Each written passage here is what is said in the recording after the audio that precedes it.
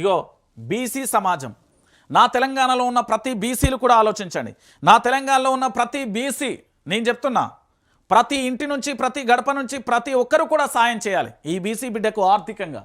ముగిసిన సాయి ఈశ్వరాచారి అంత్యక్రియలు పాడెమోసిన బీఆర్ఎస్ నేత దాసోజు శ్రవణ్ అంతిమయాత్రలో పాల్గొన్న బీసీ సంఘాల శ్రేణులు సర్కారు చేసిన అన్యాయానికి సాయి చావు నిదర్శన దాసోజు. సీఎం కనీసం సంతాపం తెలపలేదు. ఈశ్వర్ కుటుంబాన్ని ప్రభుత్వం ఆదుకోవాలి, ₹1 కోటి ఎక్స్గ్రేషియా ఇవ్వాలి, భార్యకు ప్రభుత్వ ఉద్యోగం ఇచ్చి తీరాలి అంటూ కూడా అడుగుతున్న పరిస్థితి కనబడుతుంది.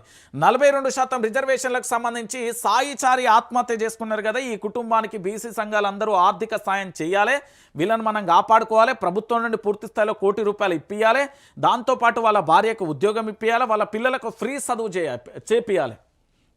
ఈ బీసీల కోసం, మన బీసీ జాతి కోసం, మన బీసీ ఐక్యత కోసం, మన బీసీల కోసం తన ప్రాణాన్ని పణంగా పెట్టి తను పూర్తిస్థాయిలో వీరమరణం పొంది బీసీలకు పోరాటానికి 42% రావాలని చేసిన సాయి ఈశ్వరాచార్యకి సంబంధించి దీన్ని తప్పుగా పోర్ట్రేట్ చేయడానికి కొన్ని ప్రయత్నాలు, కొన్ని కుటిల రాజకీయాలు, కొన్ని శక్తులు, కొన్ని దుష్ట శక్తులు ప్రయత్నం చేస్తున్నాయి. ఎక్కడికక్కడ దయ్యమత్తే ఇంటి ముంగట గడపకాడ షీపీర్లు ఎట్లా పెడతామో షీపీర్లు రెడీగా పెట్టుర్రి.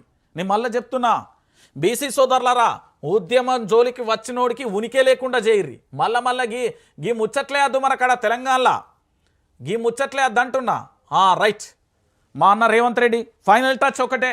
ఈ తెలంగాణ ప్రాంత ప్రజలందరికీ కూడా నేను చెప్పేది ఒకటే, ఒకసారి చూడండి.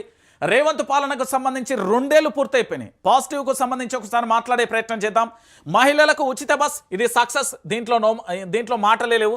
అధికారంలోకి వచ్చిన తర్వాత ప్రభుత్వం నెరవేర్చిన తొలి హామీ, కొద్దిగా గొప్ప పూర్తి స్థాయిలో అమలవుతున్న ఏకైక ఒకే హామీ రైతు రుణమాఫీ. ఈ పథకం పూర్తిగా అమలు కాలేదు. ప్రభుత్వం 20,000 కోట్లు కేటాయించమని చెప్పినప్పటికీ 12,000 కోట్లు జరిగినట్లుగా సమాచారం. ఎస్సీ వర్గీకరణ, వరకు 500 బోనస్, రేషన్లో సన్న బియ్యం, ఇందిరమ్మ ఇల్లులు, కొత్త రేషన్ కార్డులు, కుల గణనకు సంబంధించి ఇవి కాస్తో కూస్తో ప్రభుత్వానికి కలిసి వచ్చే అంశాలు. ఇక ప్రభుత్వానికి కలిసి రాని నెగిటివ్ అంశాలు ఏంటో కూడా ఒకసారి మనం చూసే ప్రయత్నం చేద్దాం. రైతు భరోసాకు సంబంధించి 15,000 ఇస్తామన్నారు, 12,000 మాత్రమే చేశారు. అది కూడా 1-2 సార్లు ఇచ్చారు. ఇక పూర్తిన పక్కన పెట్టి ఇక తులం బంగారం, మీ అందరికీ తెలుసు, కొత్తగా వివాహం జరిగిన ప్రతి ఒక్కరికి కళ్యాణ లక్ష్మికి ₹1,00,000తో పాటుగా తులం బంగారం ఇస్తున్నారు. అది పక్కన పెట్టిలు. రాష్ట్రంలో 18 ఏళ్ళు నిండిన ప్రతి మహిళలకు 2,500 ఇస్తా అన్నారు. అది ఎక్కడి నుండి ఇస్తారో, ఎట్లు ఇస్తారో నాకు కూడా అర్థం కాదు. అది పక్కన పెట్టిలు.